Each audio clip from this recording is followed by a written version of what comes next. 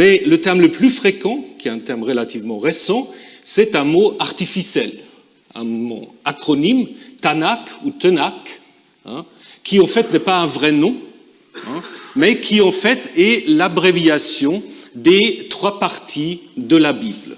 La Torah, qu'on traduit souvent par la loi, ce qui est une très mauvaise traduction, parce que la racine qui est dedans, c'est une racine qui veut dire instruire, éduquer, donc c'est l'instruction, c'est pas du tout la loi, c'est l'instruction, qui devient dans le grec le Pentateuque, Nevi'im, les prophètes, et Ketuvim, les écrits.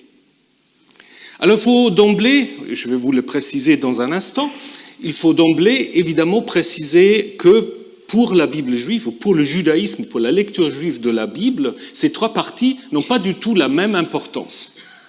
Dans le christianisme, on lit la Bible un peu comme ça, du début jusqu'à la fin. Pour le judaïsme, c'est un peu différent. Le centre, c'est vraiment la Torah. C'est le Pentateuque.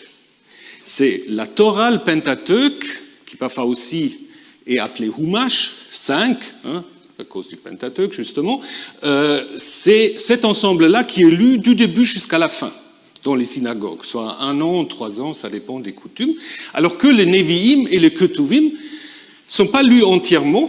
Les prophètes souvent tel ou tel passage qui peut éclairer un autre passage de la Torah, et dans les rouleaux, dans les Ketuvim, il y a des rouleaux, je vais le préciser aussi, qui vont être lus à l'occasion de certaines fêtes. Mais le centre est vraiment la Torah.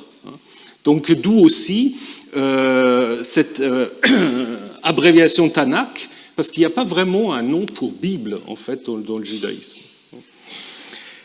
Donc, combien de livres